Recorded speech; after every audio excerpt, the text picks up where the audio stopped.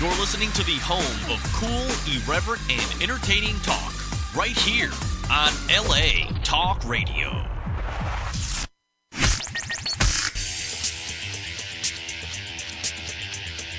You're listening to Question Reality with Priscilla Leona. Only on LA Talk Radio. Hi, welcome to Question Reality. I'm Priscilla Leona, and we are coming to you live from the beautiful Los Angeles radio station, LA Talk Radio, of course. And we are on every Sunday from 5 p.m. to 5:50 p.m. Pacific Standard Time. And our show is about informative entertainment. And that means that it's our goal to provide you with resource information, tricks of the trade, tips, everything that you'll need in order to pursue your career in entertainment. So we hope to inspire you and motivate you and do everything we can to get you to come to California or go to New York or wherever it is that you want to pursue a career in show business. And we want you to make your dream a reality. So whatever that takes, we are going to bring a guest on. We're sure that we're going to have somebody on here that's going to motivate and inspire you. I don't know who, but that means you're going to have to just keep listening. And listen, we encourage you to call in and ask questions of our guest. We like you to call in between 5:15 and 5:30. And we have a new number, everybody, a new number. It's no longer the 818 number. The new number is 323-203-0815. Again, 323-203-0815. And also we have a new Skype name, and that is LA Talk Radio. LA Talk Radio. So if you have any foreign friends or family, you can tell them to call me, and they can call and ask questions about you. So we just don't have a universal number. Someone's on another planet, no, we cannot help them. But if they are in another country, we can hook them up. And remember, if you call in, you talk to the guest directly. Actually, you'll call in and I will say hello, and you don't have to give any sort of private information. You'll come directly in here, and then we'll hook you up right with the guest. You get to talk directly. Now, if you liked our show, if you thought it was just fantastico, and you found that it helped you in some way, we would love to hear about it on the forum. And that is a place where all of the guests go to talk about their experience on the show, we hope. And then also for people who are listening to talk about how great the guests were. They were so wonderful, fantastic. They inspired me. Oh my God, I'm going to quit my job today and pursue a career. So that's what we want to hear on the forum, and that's on the latalkradio.com website, and you just click on forum. And again, all it takes is an email address. You don't have to fill out any complicated information, and then you just click on start a topic, and you are in like Flynn. Takes a minute and you are done. Now, we have an incredible guest today. Oh my gosh. I have been waiting. She has been so patiently waiting forever. She is an actor, singer, songwriter. Her name is Ty Parr, also TYANA PARR. I don't know which one she prefers. I call her both. You can check her out now. Everybody, I would love you to go to her website. It's on MySpace. So you can go to myspace.com/Ty Parr. That's TYPARR. So myspace.com/TYPARR. And you will as soon as as soon as you pull it up, a song is going to start, and you're going to become mesmerized with that song. So you're going to have to force yourself not to listen to the song to come back and listen to the radio interview, because the song is fantastic. She is an incredible songwriter as well as a singer. I was listening to her music and I just said, oh, I'm just going to listen to it. I just put it right in my favorites, and now I'm going to listen to her every day. I'm hoping she'll give me one of her CDs, but she hasn't brought one today, everybody. She did bring a copy of her new book, but we can't talk about that. It's under secrecy. Now we have been talking to a lot of singers and songwriters, and we try to get them to motivate and encourage you if you are outside of California. So we're hoping that Ty can drag you here as well with her inspirational stories and her story today about how she became a singer-songwriter. So welcome to the show, Ty Parr. Hi, Priscilla. Do you prefer to be called Ty or TYANA? Come a little closer to the mic. Sometimes I think, Ty, probably, because it's easier. There's so many things that happen after the Y to people. I don't know why. Did anybody ever call you in the 70s Ty Stick?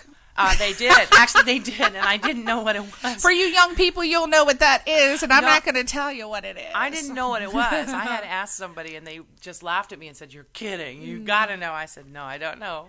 They've called me Twylia, Teeniana. Oh, wow. It's because something about it's TYANA, something about after the Y, something happens to people's minds. Well, it is an original name. I don't think I've ever heard it before. It's a beautiful name. I don't think I've heard it before. Why did your mother name you that? I think it. Do you know? I tell a lot of people I think she was in extreme pain and she just call her this. It was my grandmother's. Her name was TYANA PARR, and they were in the circus. Oh, my are grandmother you kidding me? No, my father was in the circus. My mom was a big band singer, and it was just. What did they do in the circus? He did Roman ladder, trapeze, and high wire. Wow. So are you of Hungarian descent or No, Eastern Europe descent? German. German, okay. German, okay. And they came here, I think in the they came here in the 40s. Pretty sure, and we actually I was in the circus.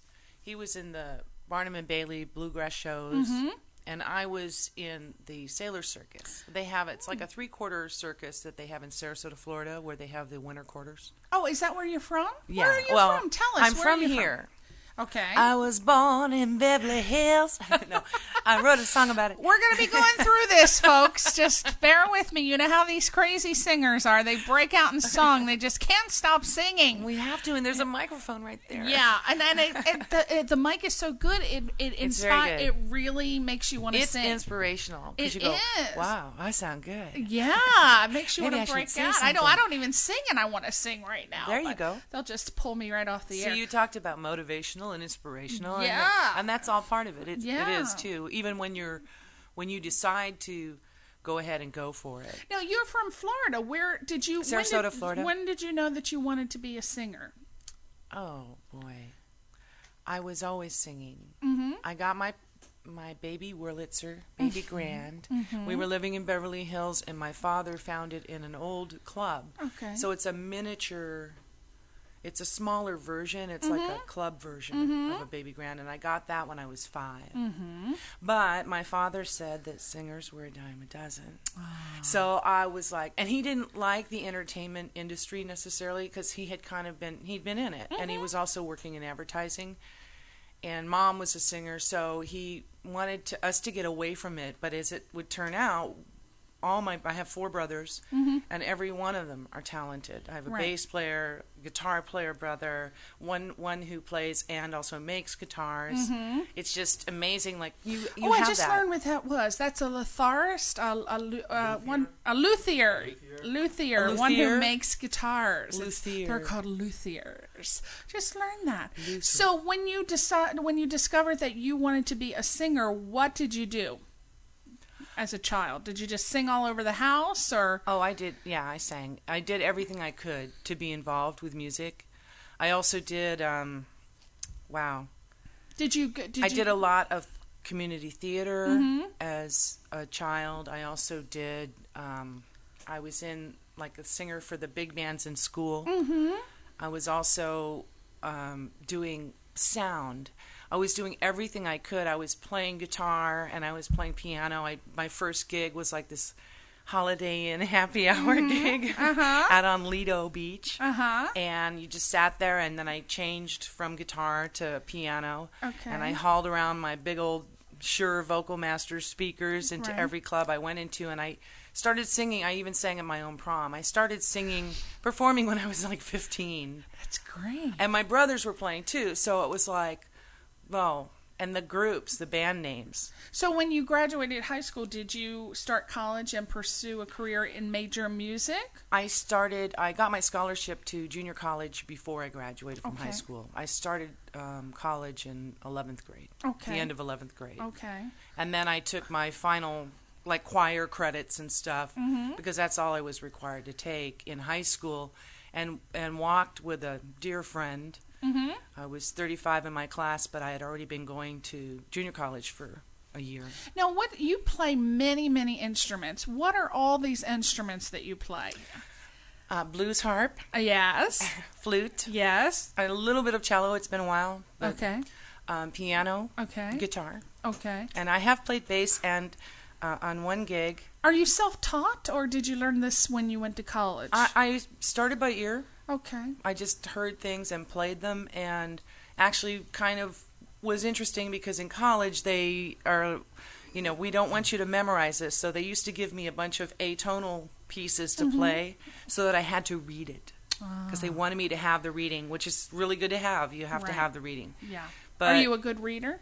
I'm a great reader, but I'm not, the best. Some people look at a piece of paper and they go, oh, of course, and they just start playing it. I have to kind of look at it and look for my changes, where they're going to be, look ahead a little bit more, and then go, okay, let's go. But, so when you were in college, did you end up getting your degree in music, or? Yes, it was music and liberal arts, that AA degree, and then I went up to North Texas State University, which is, now it's called the... Texas A&M? No, Is it's that a A&M? University of... No. It's the University of North Texas. Okay. And they have a great jazz school there. And they had, I think, 11 bands, like from 1 o'clock, it might be 1 to 8. 1 o'clock band, the 2 o'clock band, 3 o'clock band.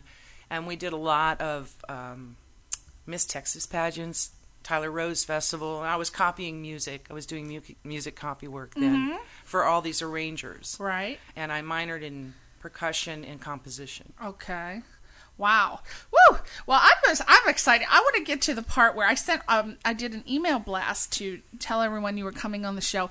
And what I was most excited about, your bio was so extensive that it was so hard to pick and choose. But it was so much, and I'm like, oh my God, I can't send all of this. She is just so incredible, and she's lived such an incredible life, and she's done this and that. I said, I'm going to just pick the things that interest me. So what I picked out was you worked with Engelbert Humperdinck. Oh my God, Mother and I love him. We're like total Engelbert.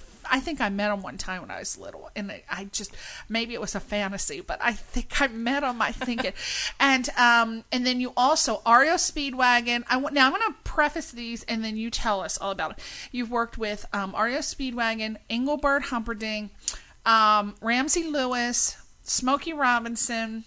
And gosh, I can't remember the other ones, but tell us how did you, let's start with Engelbert, my heart now. Engelbert. How did you start working with Engelbert Humperdinck? Well, there are many singers in LA that have worked with, we call him Eng. He's been touring for, I think, over 45 years. Oh, God, at least. Yeah, and at least I think 40 weeks out of the year, he does a lot of what they call the rounds. They're like 6,000 to 8,000 seaters in Vegas, and I'm sure he's still going strong now. But I got a call, and they asked me to read a piece of music, and because I'm an alto, I've had to read inner parts a lot. If you're a soprano, you usually get assigned the melody. So sopranos, sometimes a lot of sopranos that I've met have a hard time reading music, because if they don't get the melody, they're kind of lost. It's a different sensation when you have to read an inner part and also sing a little bit different range than you're used to. So I have always been an alto and asked to sing to double on soprano, or asked to double on second soprano, and sometimes some choirs, they don't have a lot of men, they've asked me to sing like first and second tenor. Oh, wow. So that's why I'm a better reader, and I have a better ear in those areas. So they asked me to read this part that just went down really simple, and they said, okay, can you leave in 4 days? So I was like, Yeah. Wow. So you just sang one line or one phrase and they hired you? No, they gave me a chart. Wow. They gave me a chart with all the background parts on it. Okay. Written out, and then they had me read that. Fantastic. And was it, how many people were with you as a background? It was me, and it was the musical director. So you worked as background singer for him? Yeah. Oh, God. And was he nice? Was he super nice? He was awesome to me. Seems it. You know, a lot of people have different experiences with him, but he was always really kind to me. Yeah. And I just love that name. It just rolls off your tongue, doesn't it? Engelbert Humperdinck. Love to say that. So Engelbert Humperdinck, and then now REO Speedwagon. Now, growing up back in the day, that was one of my favorite groups. I was so little, and I would just, listen to REO Speedwagon. How did you hook up with them? That was so great. I got a call out of the blue, and they said... well, we got to find out who these people are that are calling Ty, too, because she's saying that I got a call, they called. Who are these people that are calling you, and where do we find them if we're a singer? Well, do you have an agent manager? No, and a lot of singers do. I never did. Oh, okay. I just had a lot of word of mouth. Okay. You know, every like I told you next week I'm doing 2 different jobs. No, we didn't cover that yet. We're still on REO Speedwagon. We'll you cover got that so later. much, I can't even imagine how we're going to get through But the all best of way it. to get work is to keep working. Yeah, word of mouth, Just especially keep in working. singing. Show up, do a good job. Yeah. You know, and be It's a little bit more positive, difficult. easy to work with. You know. Yeah, it's a little more difficult than an actor because a lot of people are cast from websites. Like as an actor, you can put your resume and headshots on Actors Access, LA Casting, so many. Or you can go to casting director workshops. With singing, I mean, it's all who you know, and it's a lot of networking. I've talked to some actors who feel that singers have it easier because they said, really? you can just do a gig. We can't just go on a corner and act. I said, well, maybe not, but, you could get in troops. I mean, you have to create your own, like you've done. Right. You have to create your own thing in order to be, your vehicle. Keep it moving. So back to REO Speedwagon. Okay. I know you know all about those men. Kevin Cronin is the sweetest person. He's so nice. A friend of mine, Carla, who was singing with them, called me, and they were going to be losing one of the other singers. Now, what year are we talking here? Oh, were boy. they hot then? Was this when they were was- hot? When I they were think doing, This was I know. 89. This was when the... I think this was when the compilation album had come out. Yeah, so this was because I And think they've they were been- hot in 79. I think they were hot in 79, 79, 80. 78, Yeah, 79, this was the end of the 80s. They'd already done their best hits. Okay. I Can't Fight That Feeling Anymore. Yeah. All that. And now even when I hear it, just from singing it, okay, so they asked me would I go to Chile. And I had been That's to... chilly for you other people who don't know Chile. I had just come from Texas, so to me at the time it was Chile. But I called my brother because my brothers had been on different tours, Janet Jackson with different artists, and they'd gone to Japan, and I said Chile. I called him. I said, Bob, we're going to Chile, and he goes, oh. Well, sweetie, that's great. Don't you know what's in Chile? And I said, no, what? He said, your favorite stone, lapis azul, comes from Chile. And I was like, oh, I get to go to You were excited about the stone. Instead of going with REO Speedwagon. No, I mean, we had two or three days of rehearsal. And did you know their music prior to that, or no? No, I mean, I'd heard it, and I'd sung along like everyone else, but kind of... Being a musician, I was always like working on my stuff or working on the stuff that people had called me for. Okay. So it was like, okay, I'm going to learn this guy. This is now my project, And after I think just 2 or 3 rehearsals, we got on a plane. Yeah. And went down to Chile, and we had to remember not to say anything political. Yeah. But what are a band? What are we going to say? But you don't know. So where were they performing? Like how many people were they performing for?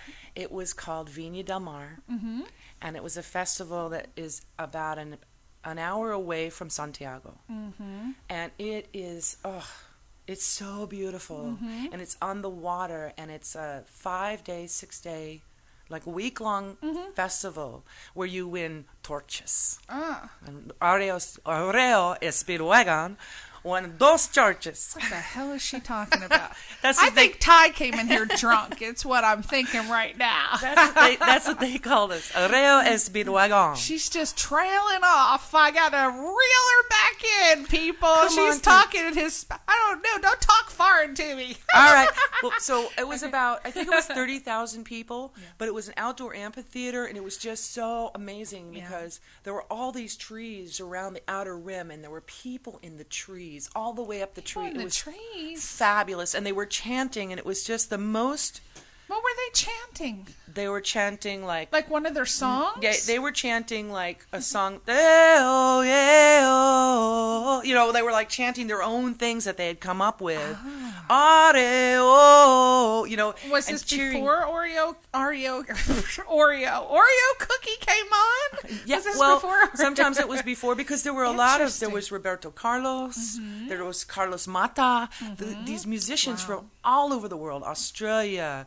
You know, Brazil, Venezuela, Germany, Spain. I mean, that's where they. I like how you pronounce every country correctly. I just say Brazil and Chile, and you're like Brazil, Chile. Oh my God! So Oreo was fantastic to work with. Now, what about Smokey Bear I Robinson? worked with Smokey. There's a group of singers here that. We were called LA Singers United, but it's actually Singers United for Service. Two friends, Yvonne and I think it was Billy Barnum, had started this group, and we were basically touring, recording vocalists, and got in this big group, and the first thing we did was sang a video with Smokey Robinson to kind of get the word out. And that was a great fun because that was this huge choir. Right. And if you've ever been, like, you can't stop a moving train.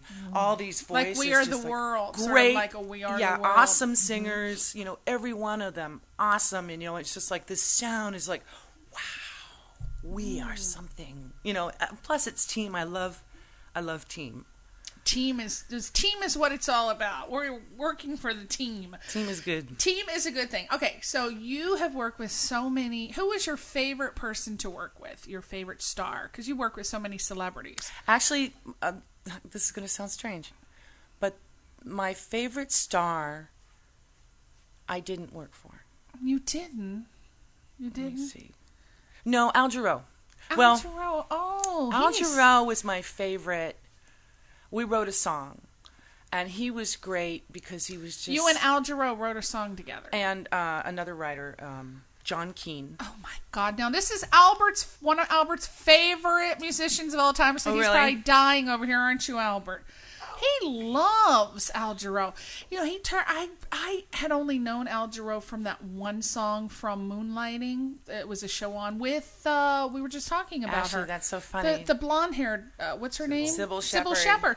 And that's the only song I knew That's he where did. I met Bruce Willis. I was singing at this club in the Valley, and Al Jarreau used to come in. Okay. And I used to do his version of Wait a Little While. Okay.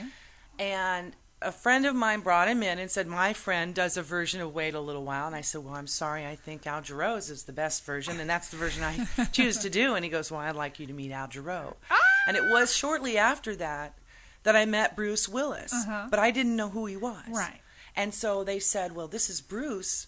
And I said, well, he told me his name was Leon, and he was playing harmonica. And I said, well, hey, Leon, if you want to come sit in, come on back, you know.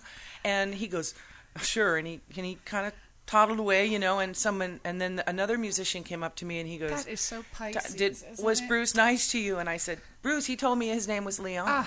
He goes, no, that's Bruce Willis. I said, well, I don't know who he is. That is so Pisces. I'm working every night. I don't watch TV at night, you know. And he said, well, open any People magazine or Time, he's in it. That's Bruce Willis. And I was like, oh my gosh.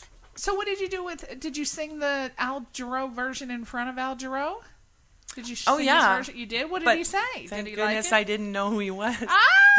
You know, he just said, oh, please do it. Please do it. I said, okay. My God. And Ramsey Lewis? You worked with Ramsey Lewis? We opened for Ramsey Lewis and Flora Purim. Do we have a call? Is that a call? No. Oh, okay. I thought we had a call. Okay, so how did you like working for Ramsey Lewis? Well, we opened for him. I was working with a band named Bill Tillman, and that was in Texas. He used to be with some old greats, Blood, Sweat, and Tears, and people like that. And we used to do this jazz circuit in Texas, and it was Ramsey Lewis in Flora Purim. It just monster. I mean, in the jazz school was right there in Denton, Texas, so it was like all these monster players. I mean, they were just like fantastic. Yeah. You could just give them a napkin with black dots on it, and they would make it sound like, wow. Turn it into a song. So you have played with celebrities are just nothing to you. You just hang out with them, play with them. You've just done it all. Now, one thing that you, being a singer and songwriter, one thing that we wanted to talk about was the difference in how it's, well, the discussion I wanted to talk about, rather, is when you're a singer-songwriter, you often write songs that are for, you think are for your voice. And then you after you finish them and you start singing them, and I know I have a lot of friends who are singer-songwriters, they're like, I don't really think that's for me. And they start thinking of celebrities who they think would sound perfect singing their song. And that's who they target the songs to, hopefully. Do you do that as well? Yeah, I do that, but normally I know when it's not, I know before I write it. Okay, you do. Yeah, because certain styles are my strengths. As far as backgrounds, I can do anything. Okay. But as far as my strengths, it's like writing something or telling a child a story. They know when it's not true. Right. And if you are not singing what you are, it doesn't sound true. Now that is very interesting. How, in your opinion, do you know when a song style is for you? Because I often hear people singing songs, they think, oh, well, just because I can sing rock and roll, I can sing pop, I can sing country, and they proceed to try and sing those songs, and they don't quite sound right. How do you know when your style is? Because a lot of times you try to tell them, well, that just doesn't sound right. They don't want to hear it. They think they can sing anything. And even, there's a very well-known TV show out. We all know it. Is it my favorite, American Idol? It is. And to me... Everybody knows my affection and love for Simon. We know my fantasy man. Okay, go ahead. Well, I think what Simon does is he takes people and he tries to get them... That's why they're using other people's material. First of all, it's for licensing and legal reasons. Right. That they're using a set of music. But also, if you can take one of those songs and make it yours, own it, swag with it, walk with it, and just make it live the way you sing, then you're good. Yeah. And you have to take it, and when we were growing up, we used to have to buy the single or whatever, or the cassette of it, and listen to it over and over to get the words. And then if we sang it in a club, we had to perfect it just like that singer. Right. Like, if somebody wanted me to sound like, Thelma Houston, I better sound like her, because that's what they came to hear was like cover music is what it's called. Right. Well, nowadays, you have to get to your own sooner. And I think American Idol makes you do that. You have to make it live. Right. You have to, just like when you go into a studio, say as a radio personality, as a host, you have to make that room yours. So whatever you need, you've got your microphone just so, you've got your water ready, you've got your computer set up, you've got your notes set up, and you're going to make that room yours for the time that you're there. Same way with a recording session. When I go into a recording session, I want to know exactly what I need to make it happen for me. I got it all. Right. And then I can jump into it. But that's how I think when you... How do you know the right style for your voice? Like, some people can sing, they sound better singing rock and roll. Some people sound better singing pop. Some people sound better singing country or alternative. How do you know if you can sing all of them? How do you know which one you're the best at and that you should focus on as your singing style, your signature? I would use as an example... because everybody's going to tell you, oh, you sound great at everything. So you can't maybe necessarily believe that. So how do you really truly know? I think you have to record yourself, and sometimes you can use outside input, but it's like the movie Mamma Mia. Mm-hmm. Now, those were not singers. Mm-hmm. A lot of those, Meryl Streep, who's just done an incredible job, just Right. like, wow, she Right. wows me every time. Right. She makes it her song, but she's not that great big Mamma Mia singer, Mm-hmm. you know. And then, who was it? Colin Farrell. Colin, when he did his number, he kept it more like a folk tune, because that's his style of voice.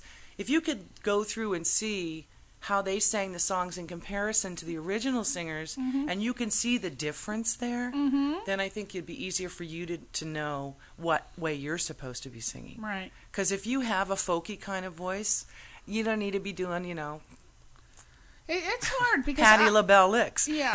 Just a lot of singers, they really, some of them are in denial and think, just like a lot of actors, they think that they can, just because they're good singers, they can sing every style and it sounds good. And that's not necessarily true, as we all know from hearing the people in American Idol, because some of them sound really good singing alternative, but then you put them with some torch song, Patsy Cline, and they can't do it. Well, I think a good exercise would be to do something just simply without all the production, just simply guitar and piano. How do you sound there?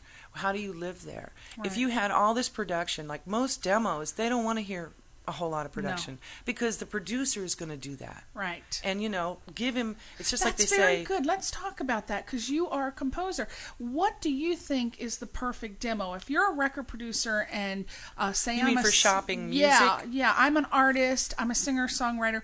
What should I do to put my demo together to make sure that you can really hear me and that I'm what you want? Well, a lot of people who shop songs, they actually are they're called music shoppers, and they're called pitchers. And what they do is they say, if you want us to pitch a song, just try and make them as simple as possible. Piano, guitar, vocal, simple. Because if the song's good, we'll hear it. Right. We know. Well, a lot of people will just have so much production.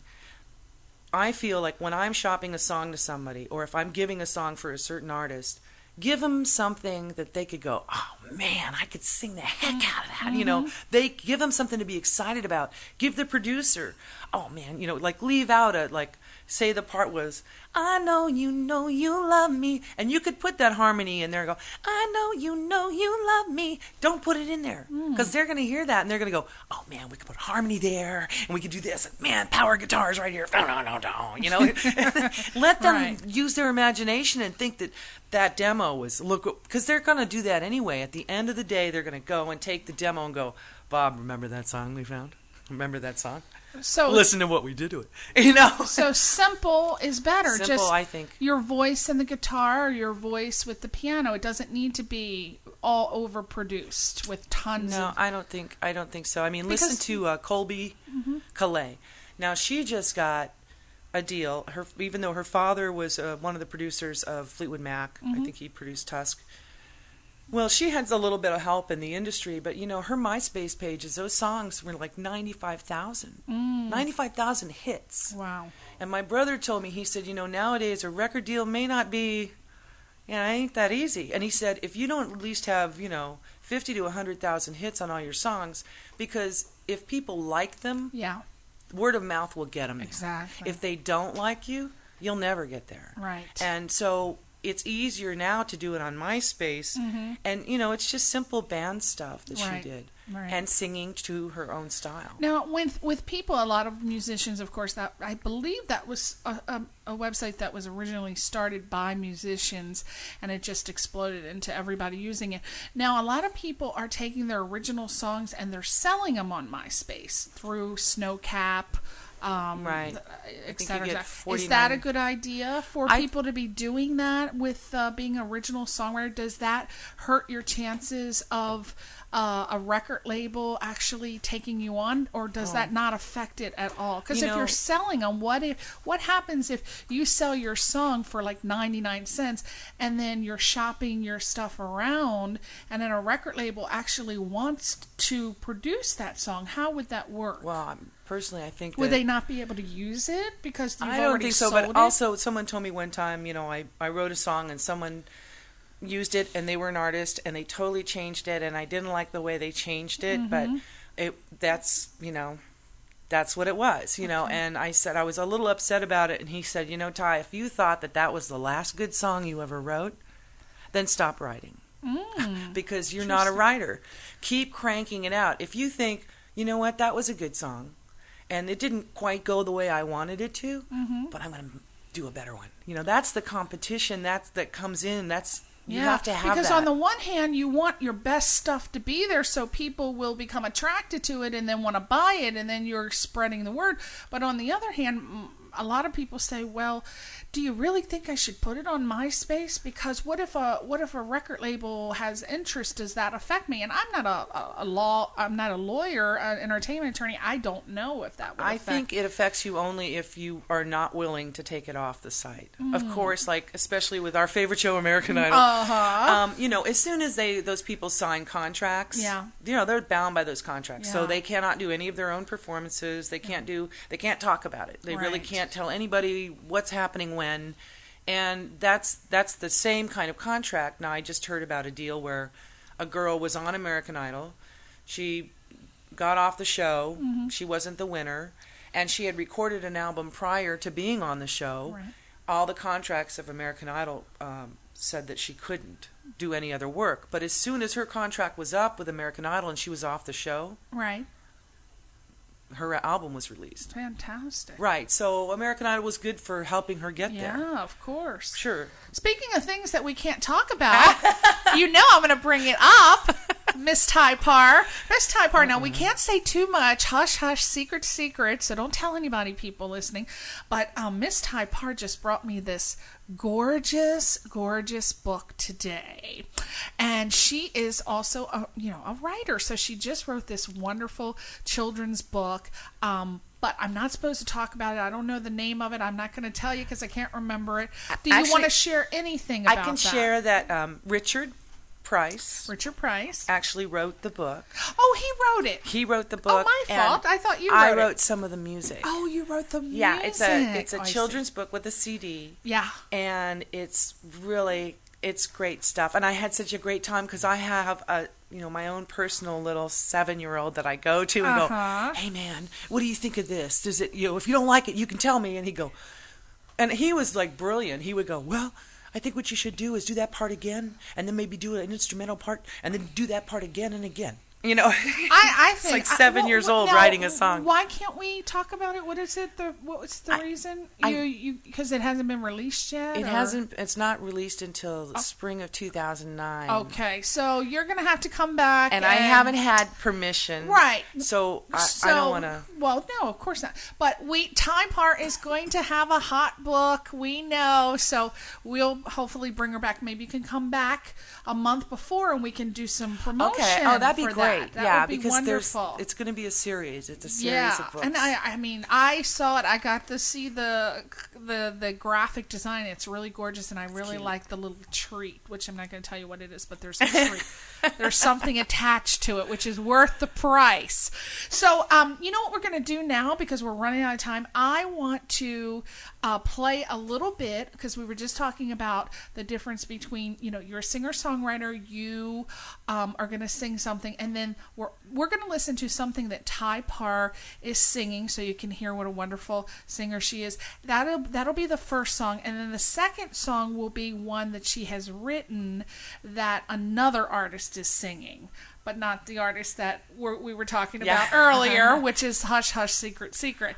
This is the Lauren Evans. This is Lauren Evans, and it was written to be motivational. Okay. And a lot of my stuff is written that way. I don't like bashing men. I don't like. Oh no, I don't like that either. I mean, love me some men. Isn't there enough negativity? I love me some men. Good man, make him feel good. Oh, when there he comes is no home, reason. I don't want to hear. Make him glad he's home. I don't like men bashing women. I don't like like women bashing men. I love men. Without men, there are no women, and vice versa. So anyway, the first song is what is the title of that? It's the one, not The Fly, not the one that Lauren does. Oh, something's. I Can Do It. No, is the it, fir's one's going to be something's going to be all right. Okay, that's me, and that's that is another motivational. Okay. Song. Now we're only going to hear, a little clip of it. It's, if you want it, you gotta go to myspace.com/Ty Parr and buy it. I don't know if you're selling I'm not set up on Snowcap yet. Okay.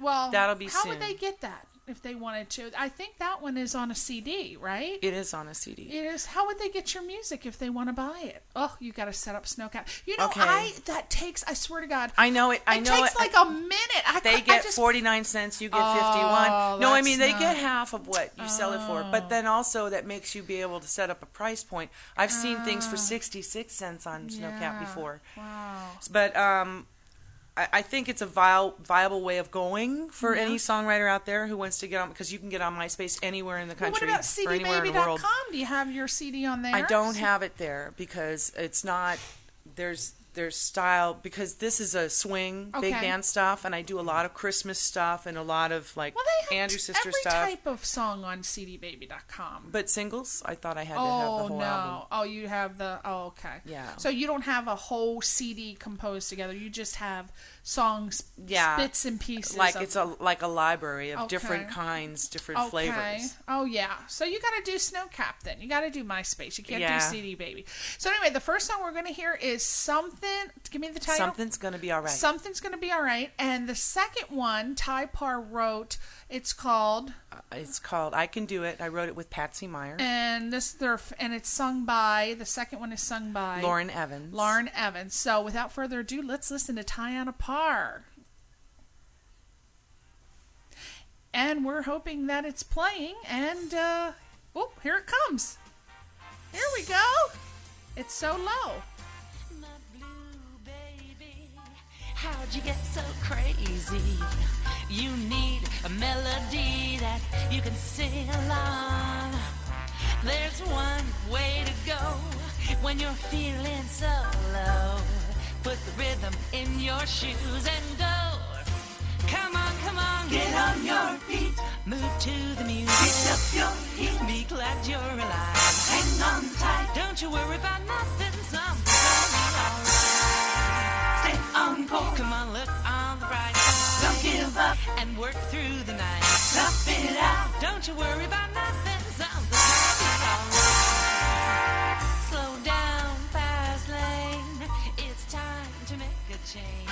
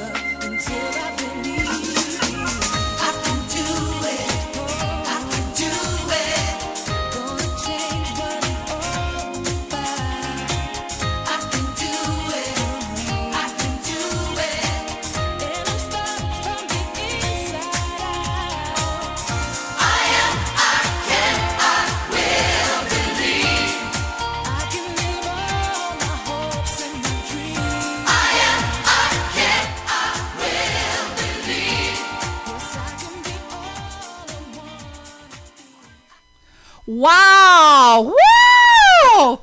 Oh my God! Now see that is fantastic, because we heard two songs written by you and also Patsy Meyer on Cool It Now, or what is it? I Can Do It. I Can Do It is with Patsy Meyer, and then Something's Gonna Be Alright is with a great pianist, Bill Cunliffe. So you wrote with these two separate people, and yet we can hear your influence. You can go like sort of torch song. I believe the first one, they call it torch song music. I call it the 40s, 50s, 40s, kind of 50s. Style, yeah, they call it torch song, 40s, 50s. And then something totally modern. And I believe that you could have sung the second one and it would have had your own individual song. It still would have sounded great, and vice versa. Well, so I think maybe. it's the song. I think that the words and the arrangement, they play such a big part. Phrasing plays a huge part. And also, I tend to have very little vibrato. I have a real strong straight tone, which is hard for a lot of singers to do. However, it's easier to turn a lick in pop if you have that stronger vibrato. Right. That was fantastic. See, you got to send me some more stuff. Okay. Because I only have those 3 songs, and I need more. That was just fantastic. Tell us a little bit about the girl who was singing the second song.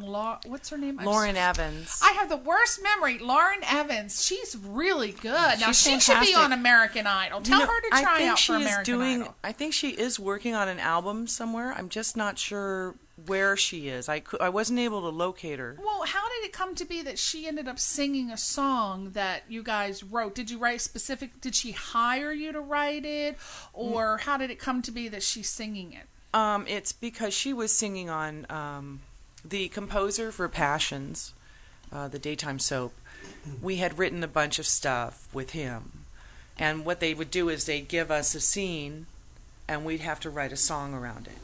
And which is kind of a great challenge if you've never tried it. No. Because it's like I showed it to my fiance, and he said, "What is this? This guy is married to this girl, and she's his sister, and they have a baby, and the father's long lost, whatever." I said, "Well, it's a soap opera." Soap opera. Of course it is. That's right. But Lauren used to do a lot of the singing for that. A lot of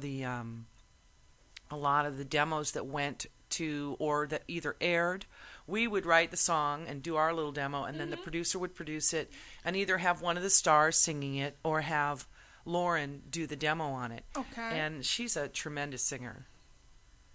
Great. Albert is fooling with the microphone, and now we sound like we're in a tunnel. Albert, can you please put it back the way that it was? That is. Okay. All right. Well, we sound kind of weird now, but why don't you sit down, honey? It's enough of fooling with the little buttons here, because now I didn't touch anything. what did you just touch? We sound totally different now. See, Is it me, that's why or- what's her name has the little people that are there, because he's not tall enough to reach over her. Okay, we sound totally weird now. I don't know. So my audience, we don't know why, but we sound I think different.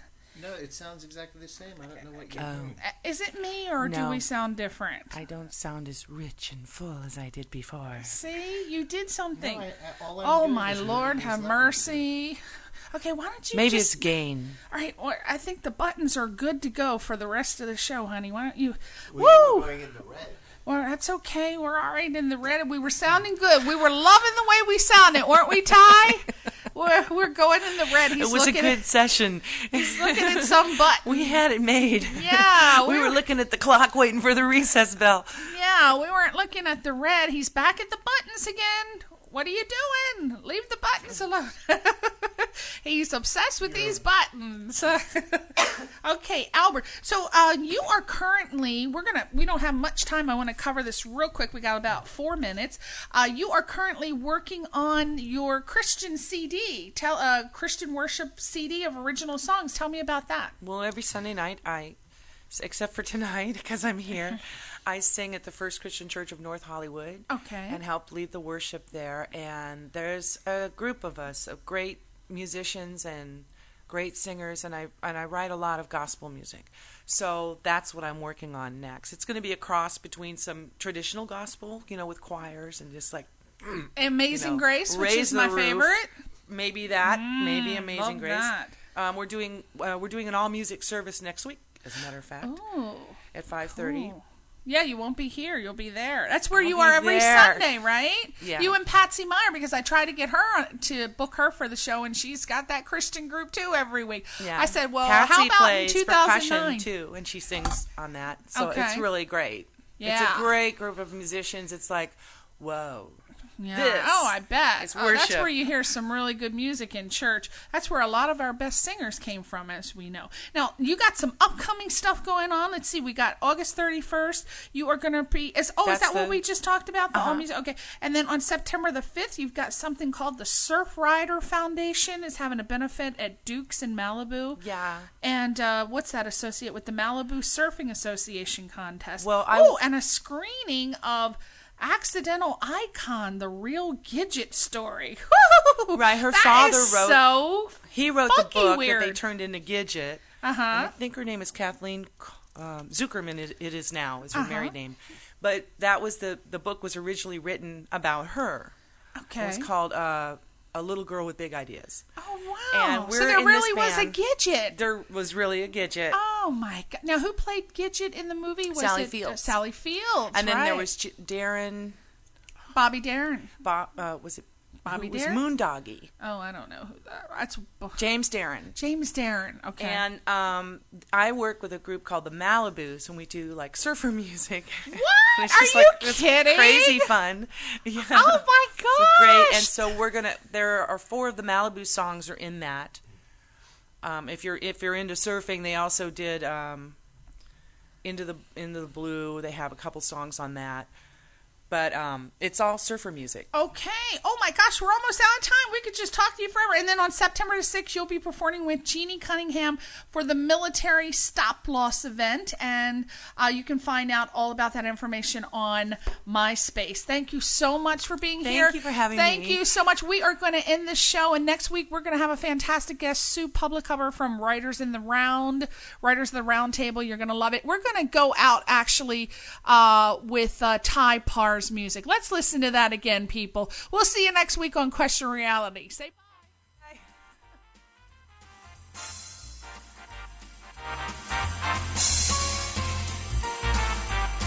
My blue baby, how'd you get so crazy? You need a melody that you can sing along. There's one way to go when you're feeling so low. Put the rhythm in your shoes and go. Come on, get on your feet. Move to the music. Pick up your heels. Be glad you're alive. Hang on tight. Don't you worry about nothing. Something's gonna be alright. Stay on course. Come on, look on the bright side. Don't give up and work through the night. Tough it out. Don't you worry about nothing.